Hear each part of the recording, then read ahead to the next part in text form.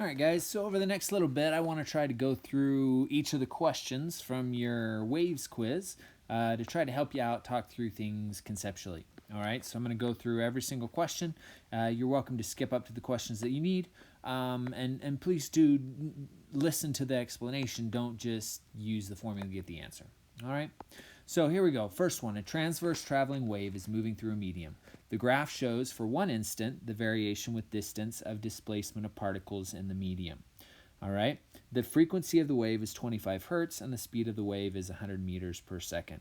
What is correct for this wave? The particles x and y are in phase. All right, well, x in phase, okay, in phase means that essentially they're doing the same thing at the same time, right? That one is, when one is going up, the other is going up. When one is has a positive displacement, the other has a positive displacement. They have the same thing going on at the same time. Now that should be fairly obvious that that is not the case right now, right? That the x is at the top of its motion, right? It is transverse, so it is going up and down as the wave moves in this direction.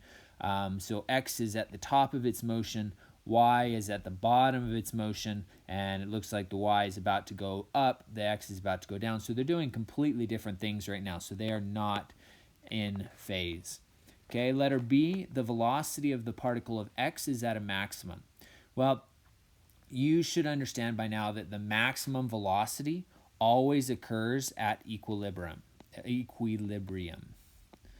I'm sure I can say that and spell it. Equilibrium. That's why I can't say it, because I can't spell it. Anyway, equilibrium is when you're going to have the maximum speed, right? When it's in the middle. Remember, the farther you get away, the larger the force is towards the middle. That is simple harmonic motion summed up as a definition. That the acceleration or the force is proportional to the displacement and opposite the direction. So the farther we get away from equilibrium, the more the force is actually pushing it back towards equilibrium, which means the acceleration is always opposite. It's always slowing it down.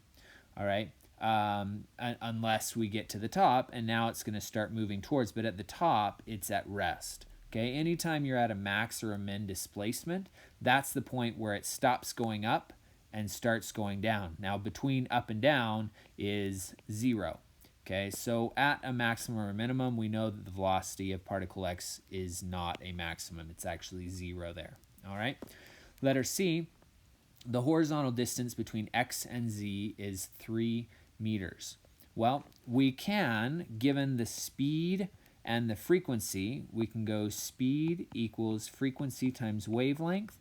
The frequency is 25. The speed is 100. That means the wavelength, we can solve for the wavelength. We divide by 25 and we get a wavelength of 4. Okay, now that's the whole wave. That's from the beginning. I'm going to change colors here. Going to go from the beginning to the next place where we're doing the same thing. So that's one wave. That's 4, right? You can always chop up a wavelength from the beginning to the max to the middle to the min, and the min back to the middle. That's 4 pieces. And so you can see actually if that's 4 meters, 1, 2, 3, 4, then x to z is 3 of those. And so that is actually 3 meters. So my answer should be C. I am just going to go ahead and double check. It says the velocity of the particle at y is 100 meters per second. There's no way to know the speed at y. Well, actually, y is at a minimum, which means it's stopping going down and starting to go back up, which means that y actually has a velocity of 0 meters per second at this point. Okay? Think about, your pendulum swinging back and forth. When it gets to the top of its swing, that's its maximum displacement. It's 0 before it starts swinging back, right? Think about an object on a spring as it springs back and forth, right? Up and down, back and forth. As it gets to the end, it slows down and stops and turns back and goes the other direction. Any situation you think of that is when the displacement is at a maximum, your velocity will be at a minimum at 0, all right? Okay, so question 1 done. Question number 2, a pipe is open at both ends. What is correct about a standing wave formed in the air of the pipe? The sum of the number of nodes plus number of antinodes is an odd number. Sum is an even number. There's always a central node. There's always a central antinode. Okay, well, let's draw a couple of pictures, right? In order, I'm going to do a couple of them just to make sure that I don't make any false assumptions. Okay, the easiest one is this one right here. It does, if it's open at both ends, then I have to have what we call an antinode at both ends. An antinode is where you have the maximum possible resonance. And so it's going, the wave itself is going from a maximum down to a minimum, back to a maximum again. These particles are going that, well, not up and down because it is a longitudinal wave, which means they're moving left and right, but they are going from maximum displacement to a minimum displacement. Okay, right here, this is a node. This particle right here does not move, okay? Now, that's the simplest one. I'm going to draw the second one just to be sure. The second one, again, it has to be open here, okay? But instead of going straight from the top down to the bottom, I'm going to go down to the bottom and back up to the top. You can see I can do the same thing here. Start at the bottom, go up, and back down. So that would be the second harmonic there, okay? Here you can see that we've got an antinode right here. Of course, at the ends, it has to be open because it's an open pipe. And then in the middle, we also have an antinode. All right, we do have nodes both there and there. Now, this is for an open pipe. You're welcome to draw more open pipes if you want, but I think with just these two, we should be able to answer the questions. Okay, letter A, the sum of the number of nodes plus antinodes is an odd number. So I've got one antinode, one node, one antinode, so 2 plus 1 is 3. So I do get 3 there. This one I've got antinode, node, antinode, node, antinode, so I got 5. So that seems like it would be okay, letter A. But let's check the others just to make sure that we're understanding the principles. The sum of the number of nodes plus the number of antinodes is an even number. Well, we just proved that was wrong, so we'll take that out. Both of these situations were an odd, so it doesn't have to be even. There's always a central node. Well, let's look in the middle. If we focus on the center, right? So here's the center, and here is the center of this one. The letter C says it's always a central node. Well, not true, because this one has an antinode in the middle. So no. And then the other one is the opposite. There's always a central antinode. Well, no, because this one has a node in the middle. So we cancel that one out, leaving us with the only possible option that the answer to 2 is A. All right. Let's go on to 3. A wave on a string travels to the right as shown. The frequency of the wave is F. At time t equals 0, a small marker on the string is in the position shown. So here's our marker. What is the position of the marker at t equals 1 over 4f? Now, one thing I'm going to do before I do anything else is I remember that 1 over the frequency is the same thing as the period. And so this is the same thing as 1/4 of the period. Okay, so in 1/4 of the period, this wave should be able to move 1/4 of its motion. Now remember, we said before, from the middle to the top to the middle to the bottom to the middle, that's a full wave. So 1/4 wave would have my wave move over, to 1/4 of that period. So it's going to be right here. So it's going to go like this. This is what the wave looks like now, right? Something like that. Okay. And that's it. From there, it looks okay. And you should notice what's the position of the marker. Well, look at the string. There it is. It's at A. A is the answer. All right. Okay, let's move on to 4. What I want you to notice so far is we've looked at 3 questions, and every single one required us to do some work and some thought and maybe some drawing, right? If you are guessing at these, then you're probably going to be getting it wrong. You should be drawing. You should be making notes. You should be saying, okay, what's happening now? Okay, that is necessary in order to be able to answer these questions about waves. All right, so now we're going to move on to question number 4. So now we move on to question number 4. So in question number 4, it says a water wave entering a harbor passes suddenly from deep to shallow water. In deep water, wave has frequency 1 and speed 1. Shallow water, the wave frequency has 2 and speed v2. Which of the following compares the frequencies and speeds of the wave between the deep water and the shallow water? Okay, well, the big thing that you have to remember here is that the frequency doesn't change, right? We talked about that when we did the water waves. We said that when it goes from when the depth changes, the frequency doesn't change. We also talked about this when we talked about light. When we talked about light going into a new medium, the frequency does not change. The speed changes, and therefore the wavelength changes, but the frequency will not. And so we already know it's got to be A or B because the frequency doesn't change, okay? At this point, you should be able to say, well, if the frequency is the same, right, and the speed is equal to the frequency times the wavelength, since the frequency is the same, then whichever one has the larger wavelength is going to have the larger velocity, right? And so we look at these two. Remember what they're showing here are the wave fronts, right? The wave fronts are like the crest, the maximum of your wave. And so this is like a maximum and then a minimum and then a maximum, minimum, max, right? So that's what you're seeing here, right? And so if you think about that, right, which one has a longer wavelength? Obviously this one. V1 has a longer wavelength, therefore if V1's wavelength is larger, that's this one, then therefore its speed also has to be larger. All right, and so therefore it's got to be letter A, not letter B, okay, because V1 is bigger than V2. On to question number 5. A transverse traveling wave has an amplitude x naught and wavelength lambda. What is the minimum distance between a crest and a trough measured in the direction of the energy propagation? All right, so if we draw a picture, here's our wave. Okay, it's got an amplitude right here. So the amplitude is x naught. And then it goes down like this. Okay, and then the trough would be right here. Okay, we know the wavelength is the total length of the wave, so this whole thing from here to here is one wavelength. And the question is, what's the minimum distance between a crest and a trough measured in the direction of the energy propagation? So the energy is going either to the right or to the left, doesn't matter. So it wants to know what's the distance in that direction. So from here, from a crest to here, the trough, how far is that?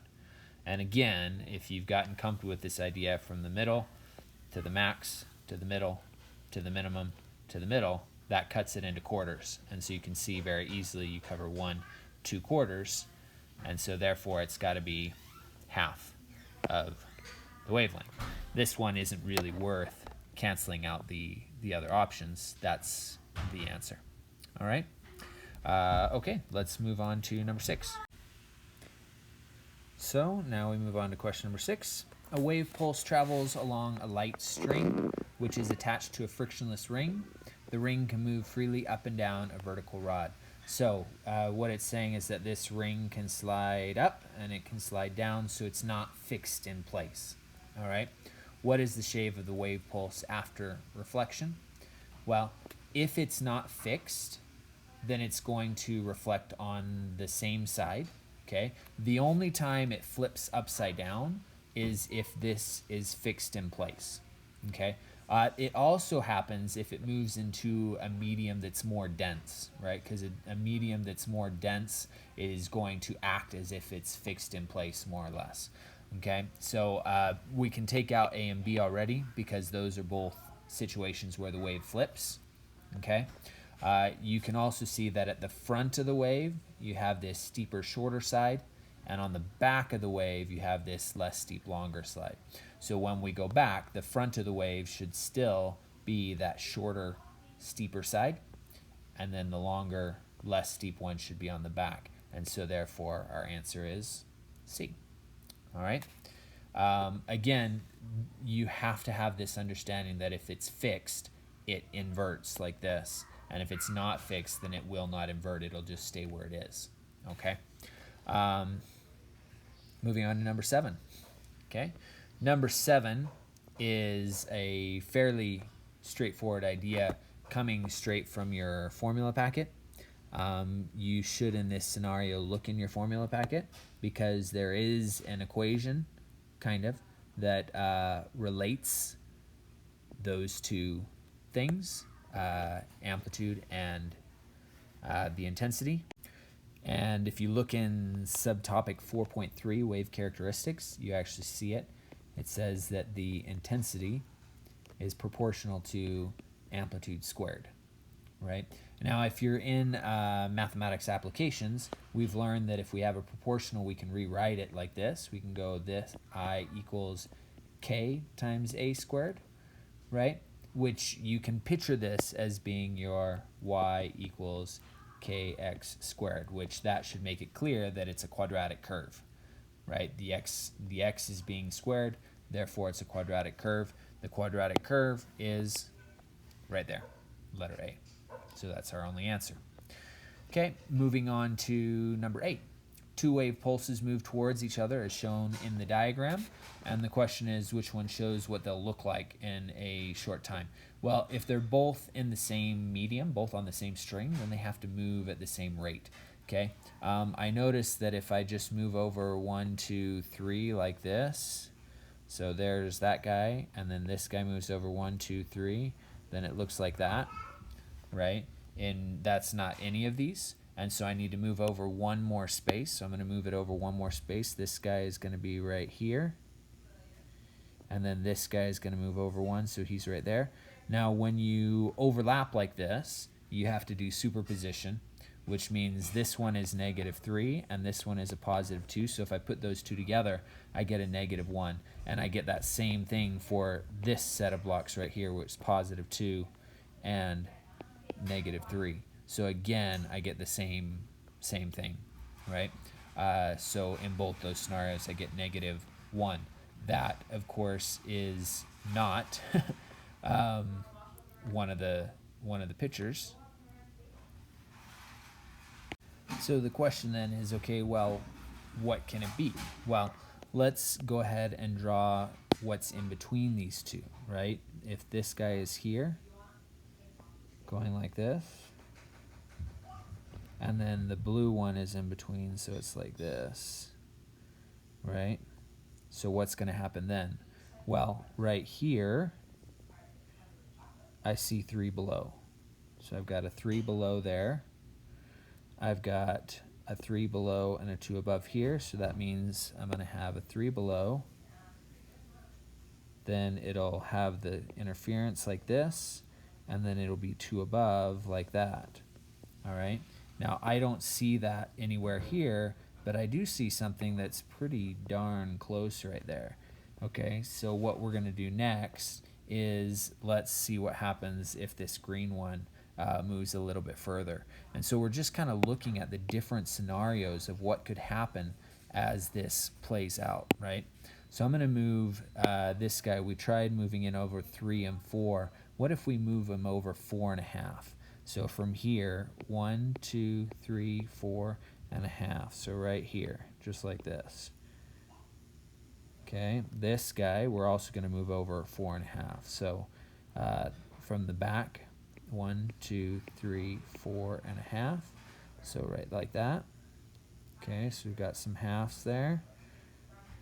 All right, now we can add these together. Notice that right here, it's going to go 2 up, just like that. Right here, it's 3 below. Okay, and then right here, where I add these two together, it's going to give me a -1, which is going to go something like that. And so, when I put it all together, it should look something like that. Do you see one of those? There it is. It's that one that we said, it looks kind of like that. So therefore, number 8 is letter A. All right. Again, you'll notice that it took some drawing. We had to put our pen down. We had to do some marks. We had to try a couple of different things, see what happened. And it wasn't even right on the squares. It was one of those halves that actually showed up. You know, none of the other ones make sense. How am I going to get this? Right? I've got more negative than I have positive. I can't end up with a total positive, so it definitely can't be that one. right? This one ends up with 5 below. How am I getting 5 below? There's 3 below here and 2 above there. It can't be that, right? That's not possible, right? So we got to take out that one. The only one that possibly even seems like maybe it could make sense would almost be this one.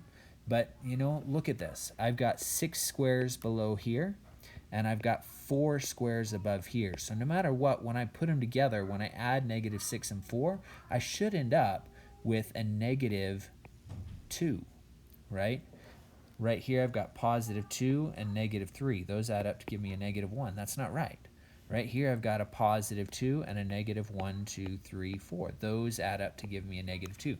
So even considering just that, what is the sum when I put these two together? Well, it's got to be -2. This is the only one that's even possible, right? None of the others even make sense with adding those together. All right? Awesome. Let's move on to number 9. Monochromatic light is used to produce double slit interference fringes on a screen. The fringe separation on the screen is Y. The distance from the slits to the screen and the separation of the slits are both doubled, and the light source is unchanged. What is the new fringe separation on the screen? All right, for this one, again, we're going to go straight to our formula packet, right? In our formula packet, we learned that S equals lambda D over D, right? We need to, so this is what we're looking for, right? The fringe separation on the screen. The lambda is not going to change, so we can go ahead and just say that's not going to change. It does say that the distance from the slits to the screen is going to double, so that's this D right here is going to double. And then the separation of the slits are going to be doubled, so that's this D right here. But notice that if I double the top and I double the bottom, what's going to happen? Nothing, right? Those doubles are both going to cancel out, and the fringe separation on the screen isn't going to change. It's still going to be Y. So letter B is the answer there. All right. Okay, now we're on to the free response. I'm not going to write down every single word, but I am going to talk through these, right? Because it takes me a while to write it, but you are just interested in kind of getting the answers and talking through it. So here we go. The graph shows simple harmonic motion. We've got time here on the x-axis. We've got acceleration on the y-axis. The first question is to define simple harmonic motion. Again, I can't repeat this enough. This is something you've got to memorize, friends. If you don't memorize this, then you're going to miss it, okay? You need to know that simple harmonic motion means that either the force, and I am going to write this down, or acceleration, you can talk about either one, okay? Either the force or acceleration is proportional to the displacement. And secondly, the force or acceleration, whichever one you say before, say the same one again, is opposite the direction of the displacement. Okay, and that's it. Okay, those two things, you've got to memorize that. It's proportional displacement and it's opposite the direction of the displacement. All right, on this question it says X has a mass of 0.28 kilograms. Calculate the maximum force acting on X. Well, you should know that force equals mass times acceleration. So if the mass is not changing, the mass is 0.28. Then if we want the maximum force, we need here the maximum acceleration. You should be able to get that from the graph.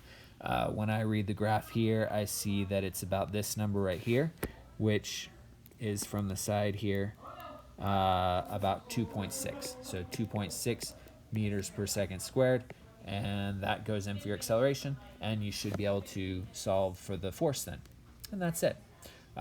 So you should hopefully get the answer 0.73 newtons or something around there. It's okay to be a little bit off based off of your rounding or your reading off the graph.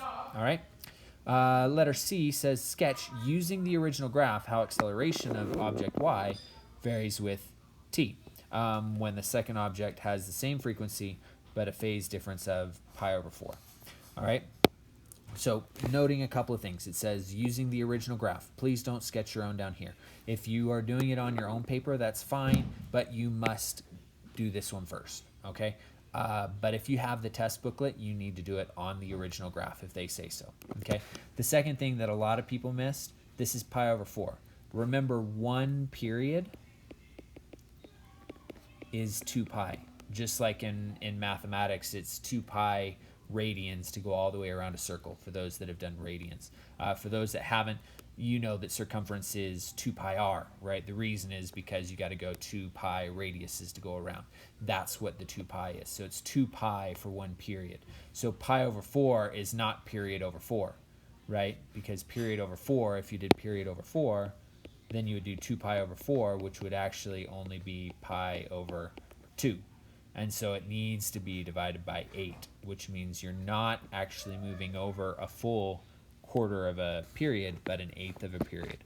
So because my period is from 0 to 8, that means I need to move over 1, right? A unit of 1, which is going to be like here. Now the easiest thing to do is to mark the beginning, mark the middle, mark the top, the bottom, the top, right? Each one just mark that it's been moved over 1, moved over 1, moved over 1, moved over 1, and then this one also moved over 1. And so from there you can just draw something like this where it goes down. This should move over 1, so it should be over 2.5 there, so it should be about right there, right? And so it should go like that. Again, should go up to there, and then down to there. And then if you want to keep going with the graph, that's fine. It should look something like that. And then this guy, of course, should look something like that. It shouldn't get back up to the top, right? So be careful with that because, like I say, a lot of people miss that and they just did a change of a fourth of a wavelength, which it shouldn't be. All right. Okay. Let's move on to question number 11. All right. Question number 11 has 2 waves, A and B, traveling in opposite directions. The graph shows variation of displacement of the water surface with distance along the wave at a particular instant. So this is showing what wave A looks like, which is the darker one up here, and then wave B is my dashed line down there. So what is the amplitude of A? That, I think most people got that okay. You read it straight off the graph. It's just how far is it from the center of the wave to the maximum or from the center to the minimum, and you should get 5. Don't forget the units, please. The amplitude is 5 times 10 to the negative third meters, or you could have just said 5 millimeters. Either way is fine. Wave A has a frequency of 9 hertz. Calculate the velocity of wave A. Well, it's giving you the frequency. So what is the relationship between velocity and frequency? You should know by now, and this is a formula in your formula packet. In your formula packet, it actually writes it like this. It says C equals wavelength times frequency, but C is just the speed of light. So if it's not light, then you just put in V. So you go V equals wavelength times frequency. We know the frequency is 9. We're looking for the speed, so we need the wavelength. So we can get the wavelength of A. So wave A here goes from here up, down, and back to the middle. So it has a wavelength of 8 times 10 to the negative 2. So for the wavelength, you'll put in 8 times 10 to the negative 2 meters. And once you have those two, you should then be able to calculate the velocity. Okay. Once you have that, it asks you to deduce the frequency of wave B. Well, they're both moving in exactly the same medium. And so if they're the same type of wave, which they are, it's water waves, because it's the same type of wave, then the speed has to be the same. The speed of A and the speed of B have to be the same. Okay? When one wave goes from a medium to a different medium, then the frequency stays the same. But if it's 2 different waves in the same medium, they should be traveling with the same speed, because the speed is governed by how fast the particles move, right? The particles are what's transferring the energy.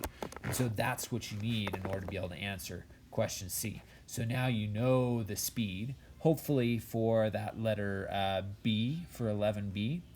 Hopefully you got something around 70.72 meters per second. And so you use that for your speed for wave B. And then once you have your speed, you go V equals wavelength times frequency. You've got the speed, because that should be the same. You've got the wavelength. You can get the wavelength in any number of ways, but you are gonna have to estimate it. So I'm gonna go from about here which this is actually, it looks like it's right in the middle there. So 1.5 goes up, down, and then back to the middle. So that's about 5.4.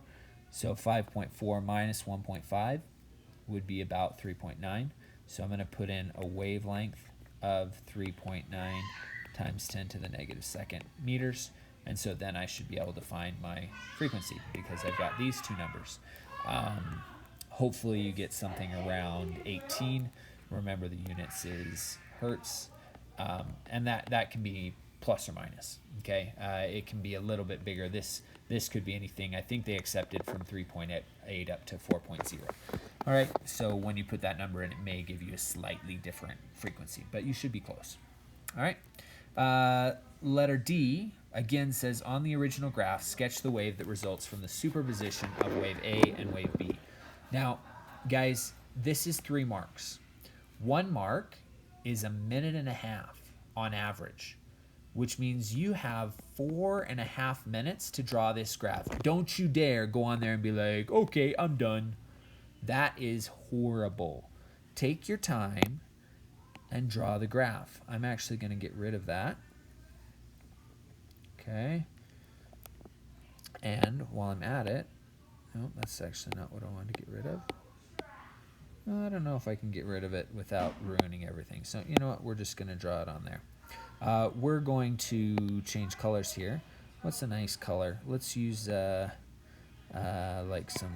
do a turquoise. Yeah, I like turquoise. Okay, so we're going to go through several points and try to find out what this graph looks like. Okay, so I'm going to look at time 0. Okay, and you can look right now. My time, you can't see my time. My time is almost 31.5 minutes. So that means I've got until about 36 minutes, okay, to draw this graph. And I'm going to be talking to you. You're not going to be talking in the exam. Well, maybe you're talking to yourself, but otherwise, no. Okay, so I see wave A here is at 0, and wave B is at about -4. And so when I add 0 and -4, I get -4, okay? I'm going to try to choose a couple of points that might be easier to work with, like this one right here. Okay, right here at this point, I see that wave B is at 0 and wave A is at almost 5, right there. Okay, so I add 0 and that 4.5, and that's it. Okay, another point that would be easy would be this one. See where they touch right there? That means they're both about 5 there. If they're both about 5, 5 plus 5 is 10. So I've got to be all the way up here at this point, right? Another point where it looks like they're touching right here, okay, at the 3. And so at 3, they're both about 3.5. And so that actually 3.5 and 3.5 adds together to give me something like 7, right? So that's where that one is. Okay, this 0 point, right? I got this 0 point, which means that they add together to be right there. I've got this 0 point when A is 0, so that means when I add it to this negative, it's going to be down here, right? So I'm getting a lot of points here just by taking the simplest points, right? Right here at 5, I see that that is about 3.5, so they're both at -3.5 there, and so it's going to go down to about -7 at that point, which is right here. Okay. Here, wave B is 0, so that means it's got to be whatever wave A is. All right. Here, wave A is 0, right? Right here, they're both about -2, so that's going to put me down on -4, right? Let's see. Maybe let's see. It looks like I've got some good pieces here, right? This stuff in the middle looks really good. All right. So something like that. All right, I'm missing, I feel like I'm missing some stuff in between here. See, I still got like 2.5 minutes left. I feel like I'm missing some stuff in the middle here and maybe somewhere around here. And so I'm going to choose a couple more points and see if I can try to figure out what's going on. So let's maybe take the minimum here, right here, where wave B is at -6 and wave A is up at about 2.5. So -6 plus 2.5 is probably about -3.5, which is going to put me up here, right there, right? So that kind of helps me fill that in a little bit. So it kind of I feel like my graph will look like that. I'm feeling pretty good about that. And maybe a couple more points over here on the right-hand side near the 6 and the 7. So maybe let's just take 6. At 6, I've got a positive 5. Yeah, that's about positive 5 right there. And a negative 4. So that'll be at a positive 1 right there. That's a good point. So it'll go like that. And then at 7, at 7 here, I've got a positive 3 and a negative 1, 2, 3 and a half. So that'll put me right at negative. All right. You know, it's looking pretty good here, but I've still got some time. So I'm going to try to get something in the middle of the 6 and the 7. And so maybe right around this maximum here. It looks like it goes up to 6 there. And the minimum is at maybe 4.5 there, negative 4.5. So that puts me up to about 1.5 right there. So it looks like it goes something like that maybe. Now obviously that's not perfect, but I'm pretty sure with all those points that I just found, and I still have another 30 seconds to a minute left, with all those points, that graph is going to match the actual graph pretty darn well. All right, and so that's the graph that they want to see.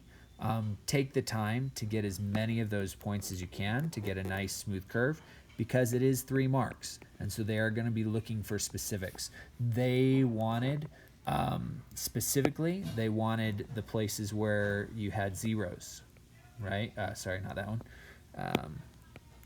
But they did want the place where you had zeros, right? They wanted to see these points between 3 and 4, around 1, around 6, around 7. They wanted to see the maximums and minimums, right? Is your maximum up in this area? Is your minimum down in this area? Is your maximum here, right? Those are the types of things that they're marking and they're grading when they take this sketch. And so those are the types of things you want to make sure that you're including, and that those are in the right place, and it's not just you drawing a curve in there that looks like maybe it works. Okay. All right. Number 12. Double slit. Lovely. Okay, so 12, actually not too difficult of a question here. I only kept one part of the question because I wanted you to talk about it and see if you actually understood it. We had a calculation question earlier in the multiple choice. So let's see what this looks like. It just says we have coherent monochromatic light, incident on 2 narrow slits, separation is D, an interference pattern of bright fringes and dark fringes appears on the screen, central maximum is at Q. All right, so bright right there. Light emerging from S1 and S2 reaches the screen. Explain why the screen appears dark at point P. All right, well, remember, at this point, these 2 waves to Q are traveling the same distance, right? They're traveling the same distance. Because it's coherent, that means they're doing the same thing at the same time. And because they're doing the same thing at the same time, they're constantly going to be constructively interfering. When S1 is at a maximum, S2 is going to be at a maximum. When S2 is at a minimum, S1 is at a minimum, S2 is going to be a minimum. And so the overall wave that we're going to get here at Q is going to be going to a maximum that's twice as big and a minimum that's twice as big. All right, so now what we're looking at, the question actually isn't about Q, it's asking about P. So what's different at P? Well, when we go to P, right, S1 is going to go like this. Sorry, I don't have a ruler. And S2 is going to go like this. Now, the thing is, S2 has a longer path to travel, right? You should be able to tell that. You can look at and see how the distance from S1 to there is much more straight and direct, and S2 definitely has a little bit farther to travel. So what's the difference? Well, the difference is that S2 has to travel, and I'm not going to write this down because it's going to take too long, and you don't want a long video. S2 has to travel further. How much further? Well, half a wavelength further. Okay. Now that I will write down. It has to be half a wavelength further because it has to be exactly to the point where when S1 is at a maximum, S2 is at a minimum. That way the maximum and the minimum cancel out.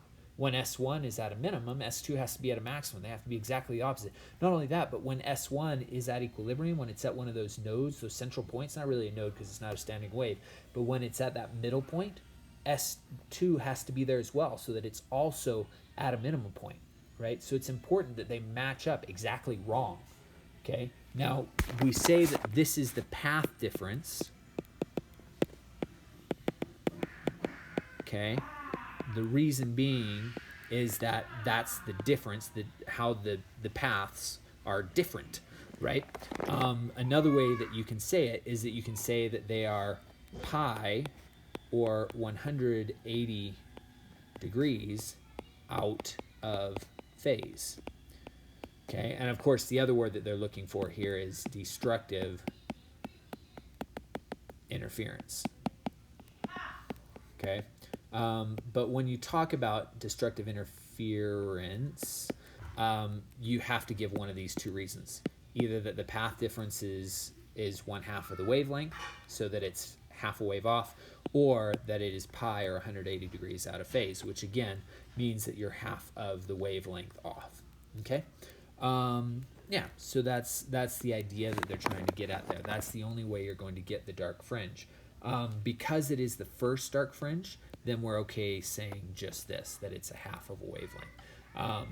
If it was just talking about any dark fringe in general, then you'd have to say an integer plus 1/2 wavelength, because it could be 1.5 wavelengths off or 2.5 wavelengths off. But here, this one, the very first one, because Q we know is already the exact same distance for both of them, P is off by half a wavelength. One of them has to go half a wavelength further so that they are out of phase with each other. All right. Okay, on to question number 13. This is our standing wave. All right, standing wave question. And we're going to consider what we got here. It says, name the point, state the name given to point X on the string. You can read that initial information. I don't need to read it for you. You've read it already. You took the quiz. So the point given to X, that's a node. Okay. Now the thing to notice is that the standing wave, this is what the standing wave looks like. Right now, it's this solid line. But in a short time period, it will be the dashed line, right? This point right here is moving from there all the way down there, and then it's going to move all the way back up, right? This point right here is going to move up there, and then it's going to move back down, right? These two will be moving up at the same time, and they're moving down at the same time. These are, we actually say that these are in phase with each other, right? A particle here, right, it's at the bottom when this is at the top. So when this guy's moving down, this guy's moving up. So those two are actually pi or 180 degrees out of phase, okay? So that's an idea that'll be needed later. When we say loop, we're defining this piece right here, either that or this. That's called one loop, and that's actually what they're trying to draw there. And it even says a standing wave with 5 loops appears. And so it's saying that the loop is this, which is half of the wavelength, right? And that'll be important when we get to the next piece. Next piece, calculate the speed of the wave along the string. Well, they gave us the frequency, right? The frequency is 150 hertz. Now, we've used this several times already, and you'll notice that some of you were able to pass because you knew this formula and this one only. So 150 will be your frequency. Notice that from the beginning to the end, I've got one wave, right? I'm going to change colors here. I got one wave, right? 2 waves, and then a half a wave. So this distance, the 2.4 meters, equals 2.5 wavelengths, 2.5 wavelengths. So if you want to know how long a wavelength is, you need to divide by 2.5, just like that. And that should give you the answer for how long a single wavelength is, which is 0.96 meters. All right, so once you have the wavelength, you should be able to put that in and calculate the speed. The speed I got was about 144 meters per second. All right. The next question is calculate the frequency of the oscillator that would produce a standing wave with 2 loops on the string. Okay, so if it had 2 loops, then you would have the oscillator here. 2 loops would be 1, 2, right? There'd be 1. So that would be your 2 loops. Here's the fixed wall. And what do you see? You see that the wavelength, right? The wavelength is that whole distance, which is 2.4. So now I've got a wavelength is 2.4. Again, the medium itself isn't changing, so the velocity will still be the same as it was before. right? If the medium is not changing, the medium is the string. How fast can a wave travel through that string? Well, the speed isn't going to change, right? So the speed is still 144. The wavelength is 2.4. And so then you should be able to solve for the frequency, which is about 60 hertz. Okay? And then you should be able to get letter B there. Okay? Yeah. Last question, I believe, right? Number 14. Whew. Almost there. This question is about polarized light. In an experiment, the analyzer is used with polarized light. Outline the function of an analyzer in this context. Now, this one you had to remember the specific scenario given in class. This is what's used a lot. You have unpolarized light that's coming in. You have a polarizer. Okay, and the polarizer will allow one specific direction of light to go through. So before, it could be going in all sorts of directions, right? Angles, horizontal, vertical, whatever. When it goes through the polarizer, it's going to be in one specific direction, right? Say vertical, okay? Now, if you want, you can put something in the middle. One of the examples we looked at was sugar water, right? What happens when you put sugar water in the middle? We learned that sugar water actually rotates the light. But even without that, the second, if there's nothing in the middle, which is fine to not have anything in the middle, then you have a second polarized lens. This is called the analyzer.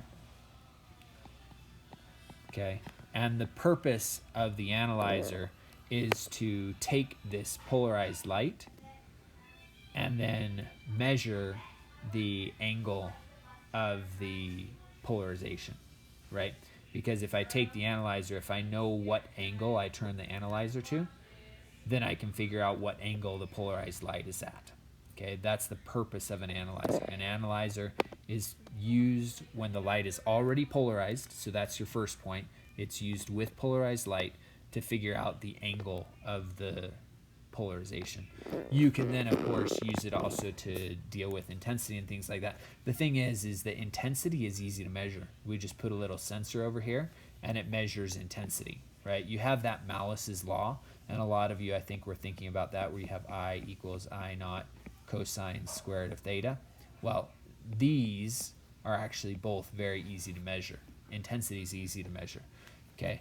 The angle of the polarization of the light is difficult. The only way to do that is by using an analyzer to either keep all the light or to measure a change in the light, and then you can figure out the angle, okay? So the two things they want to know is that you use it with polarized light, not unpolarized light, and then secondly, it's used to help find the angle of polarization. All right, letter B, this is our last one here. It says, transmission axis of the analyzer is at an angle of 25 degrees to the electric field of polarized light. Calculate in terms of I naught, the intensity of the light that leaves the analyzer. Most of you got this right. You use Malice's law to calculate in terms of I naught. You just do this over I naught. So you do I over I naught equals cosine squared of theta, and we take the 25 degrees and you put it in for theta, and then you get the relationship. Compared to I naught, this is the fraction that you get. And that was, most people got that, and we're fairly okay with that.